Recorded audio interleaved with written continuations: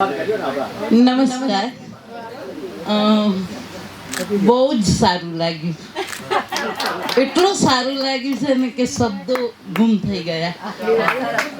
પણ ખરેખર જો કેવું હોય ને, મનસુખભાઈને ગમશે નહીં પણ મારાથી બોલ્યા વગર રહેવાશે નહીં. કે હંમેશા એટલો ઇન્સ્પાયર કરે. કોઈ બી વ્યક્તિની પીઠ થાબડવી હોય ને અને શીખવું હોય ને તો આપણા એડમિન પાસેથી, નાગર સાહેબ પાસેથી એટલું સરસ રીતે.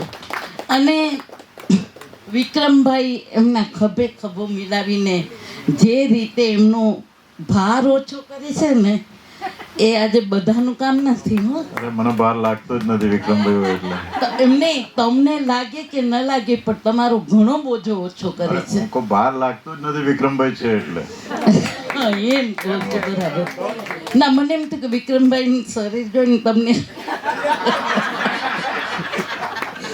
અને લાસ્ટ કમર કહીએ આપણે કે છેલ્લે આવેલી વ્યક્તિ અને પહેલી હરોળમાં એટલા ઉપયોગી થનારી વ્યક્તિ હોય ને તો રાજુભાઈ માટે મને ખબર નહીં, કુદરતી રીતે એટલો માન થઈ ગયું છે ને કે આવી વ્યક્તિ જો મનસુખભાઈના મિત્રો હોય. મારો 47 વર્ષ પહેલાનો મિત્ર છે. હા, એ તો કહું છું કે આવ્યો પહેલાનો છે.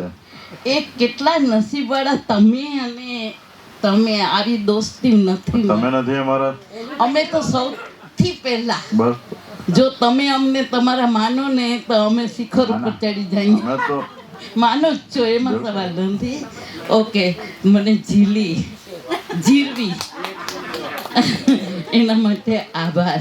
હવે તમે છાયાબેનને માટે ગીત સાંભળવા આતુર હશો એટલે હું એમને આપું.